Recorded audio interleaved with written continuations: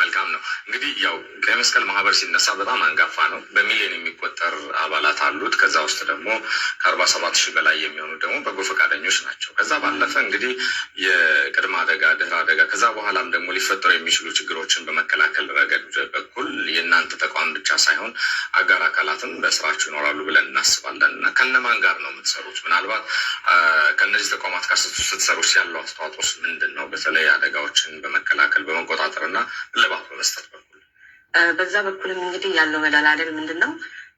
የአደጋ ስጋት ቅነሳ ፖሊሲ እንደ አውሮፓውያን አቆጣጠር በ2013 አለ።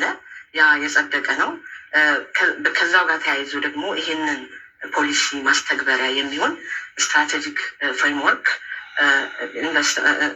ስትራቴጂክ ፕሮግራም ኢንቨስትመንት ፍሬምወርክ የሚል ማዕቀፍ አለ እና በዛ ማዕቀፍ ውስጥ እንግዲህ ወደ 20 የሚሆኑ ኮምፖነንቶች አሉ። ቅድመ አደጋ፣ አደጋና ድህረ አደጋ ላይ መሰራት ያለባቸው።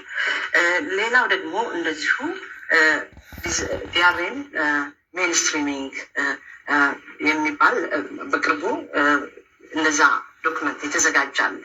ማለትም እንግዲህ በእኛ በኩል ይህንን ፖሊሲ የጸደቀ ፖሊሲ አለ፣ የመተግበሪያ መሳሪያ አለ።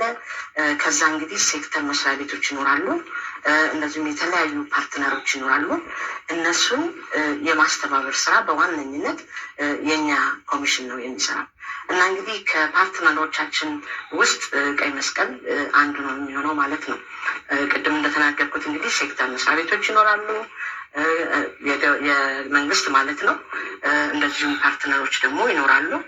ከነሱ ጋር በመሆን ምን ይሰራል የሚለውን ቅድም ያልኩት ስትራቴጂክ ፕሮግራም ኢንቨስትመንት ፍሬምወርክ በሚለው ማዕቀፍ ውስጥ ወደ 20 የሚሆኑ ጉዳዮች አሉ እና ቅድመ አደጋ ላይ ምን ማድረግ አለበት፣ በአደጋ ጊዜ ምን ማድረግ አለበት፣ ድህረ አደጋ ላይ ደግሞ ምን ማድረግ አለበት የሚለውን ነገር በደንብ የተቀመጠ ነገር ነው እና እንግዲህ የቀይ መስቀልም እንቅስቃሴ በዚሁ የተቃኘ ነው የሚሆነው። ዋነኛው